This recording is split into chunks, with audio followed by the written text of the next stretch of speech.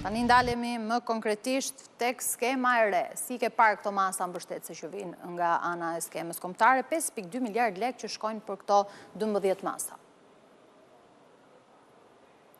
Po patjetër, unë ritheksova që është një lajm pozitiv për fermerët shqiptar që hapet skema kombëtare mbështetjes për fermerët, sepse tashmë ne kemi mungesën e kreditimit apo të financimit nga fondet tipar dhe patjetër që vetmja mundësi financimi dhe mbështetje për fermerët shqiptar është skema kombëtare mbështetjes.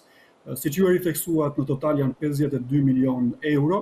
e cila ndahet në 12 masa, ku 9 prej tyre janë masa mbështetëse për fermerët dhe 3 të tjerat janë masa në investime. Në afatgjatë patjetër që skema duhet parë për të qenë e linjëzuar me aspiratat e Shqipërisë për të bërë pjesë e Bashkimit Evropian, sepse deri më sot skemat e mëparshme kanë qenë, do thoja unë, apo dhe ekspertët e tjerë, thjesht pensione sociale se sa masa konkrete e investimit të cilat të përafrojnë bujqësinë shqiptare me politikën e përbashkët të Bashkimit Evropian. Pra nevojitet që çdo vit më tepër të kemi më shumë mbështetje për sektorin e bujqësisë. Patjetër kërkohet një mbështetje serioze në financa dhe kushdo që të jetë ministër në Ministrinë e Bujqësisë dhe Zhvillimit Rural me aq mbështetje buxhetore sa qep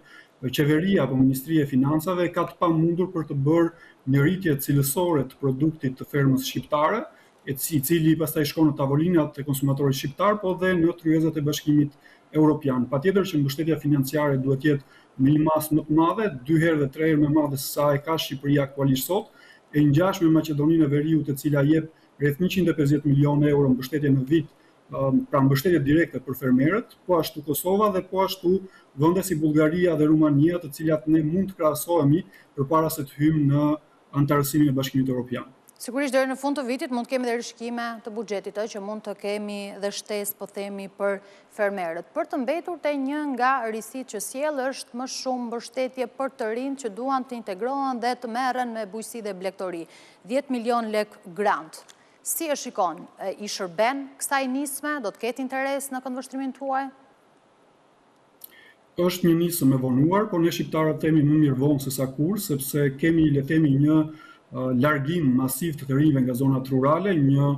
shkëputje, le të themi, e traditës familjare të shumë të rinjve të cilët e kanë trashëguar nga familjet e tyre, e kanë shkëputur për shkak të një aktiviteti jo më fitimprurës siç ka qenë dikur, dhe synimi i tyre ka qenë gjithmonë drejt kryeqytetit apo drejt vendeve të Bashkimit Evropian për të gjeneruar të ardhurat në një formë më të shpejtë dhe më të sigurt për të përmbushur, le të themi, nevojat e tyre apo ëndrat e tyre. Është momenti i dur aktualisht për të bërë masë ndërhyrjes në formë e investimit,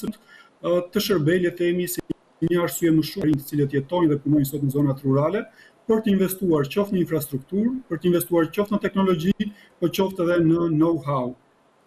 Një tjetër apel që ishte sot nga ana e Ministrisë të Bujqësisë ishte fokusi tek shoqëritë e bashkëpunimit bujqësor, sipasi do të kenë prioritet, në fakt kështu ka funksionuar edhe në skemat e tjera. Mendon si i shërben më shumë sektorit, përfitojnë edhe më shumë fonde,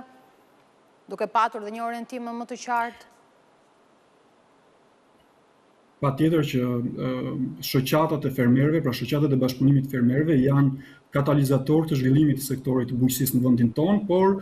ministri ka haruar që në tryezën e tij të punës ka një ligj për grupet vendore të veprimit, i cili është i miratuar në vitin 2023, mos gaboj 2022-2023, dhe patjetër që kërkon të grupojë fermerët në atë lloj qasje që e kërkon qasja lider e Bashkimit Evropian, ku dhe ishin dedikuar në fondin e IPARD-it, pra IPARD Treshit, i cili u anullua apo u pezulua për shkak të parregullsive, rreth 4 milion euro mbështetje për fermerët të cilët do ngrinin këto grupe vendore veprimi. Dhe patjetër që ne duhet të një lajm i mirë që mund të vijë nga ana Bashkimit Evropian, që të kemi një çelje të fondeve IPARD, po me ato instrumente që kemi aktualisht flas.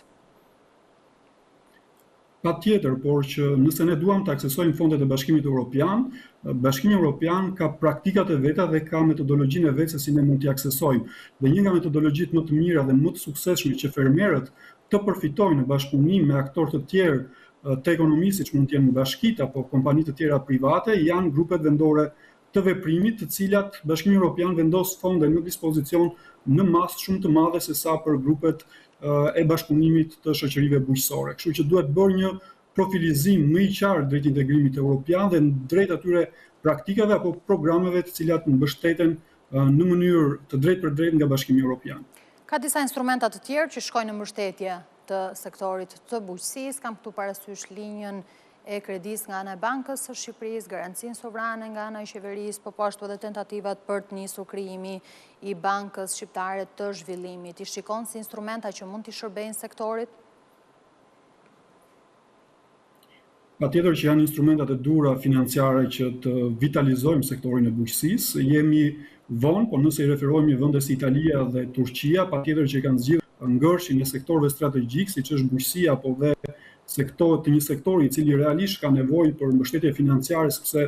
është një biznes në qell të hapur dhe në çdo vend të botës, qoftë Bashkimi Evropian nëse i referohemi, rreth 60% e buxhetit të BE-s shkon për politikën e përbashkët bujqësore. Kështu që qeveria shqiptare me këto mekanizma të reja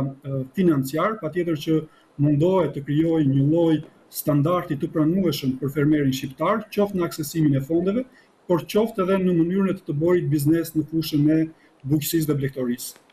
Si e shikoni ecurinë e sektorit në vijim? Po nëse shohim pak në retrospektiv, në 5-6 vitet e fundit, sektori ka patur disingecje. Kjo për shkak, do thoja unë, të mungesës fuqisë punëtore në zonat rurale dhe në sektorin agro, për shkak të një mekanizmi të vjetëruar të sektorit i cili realisht nuk është adaptuar dhe nuk është përshtatur me kërkesat e tregut brenda vendit tonë dhe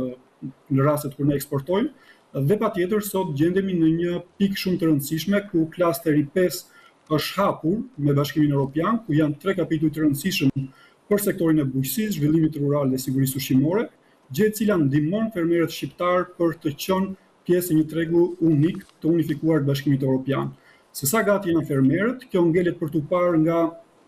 vlerësimi që po bën aktualisht Autoriteti Kombëtar i Ushqimit për sa i përket një vlerësimi gjeneral të 904 bizneseve që operojnë në fushën e industrisë agro-ushqimore, për të parë nëse këto biznese realisht i plotësojnë të gjitha kërkesat dhe kuadrin ligjor që kërkon Bashkimi Evropian për të operuar në tregun e unifikuar të BE-s, apo do t'i kategorizojë ato si biznese të papërshtatshme dhe si biznese të cilat duhet të dalin jashtë tregut dhe nuk duhet të shërbim. Kështu që besoj që ardhmja do jetë në dorë të vetë bizneseve, po dhe të qeverisë shqiptare për t'u dhënë atyre një mbështetje konkrete me grante specifike për të rritur cilësinë dhe sigurinë ushqimore. Do t'i ndjekim këto çështje në vijim. Zoti Hasani, faleminderit që ishit sot me mua në Money Report. Faleminderit ju.